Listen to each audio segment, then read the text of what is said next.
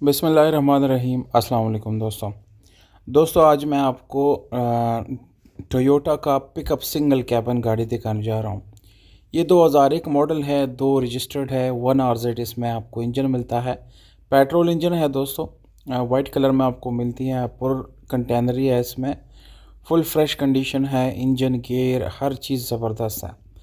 Tyre, rim और engine की बात की जाए, गियर की बात की जाए दोस्तों, तो ये हर तरह से गाड़ी जो है बिल्कुल परफेक्ट आपको मिलती है। इसकी सीट्स वगैरह की कंडीशन भी ज़बरदस्त है।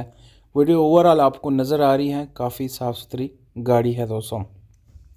सस्पेंशन की बात की जाए तो वो भी 100% है। डिमांड इसकी 10 लाख रुपए है दोस्तों। ये एक NCP गाड़ी है जिसको सिर्फ और सिर्फ आप टैक्स फ्री एरिया में ही यूज़ कर सकते हैं।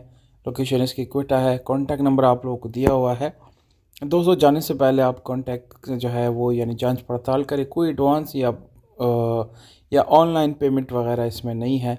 जैसे ही गाड़ी सेल होगी नंबर हम हटा देंगे, उसके बाद आप रब्ता नहीं कर सकते। तो जो लोग इंटरेस्टेड है वो कमेंट सेक्शन में भी अपने प्राइसेस जो है वो ऑफर्स कर सकते हैं।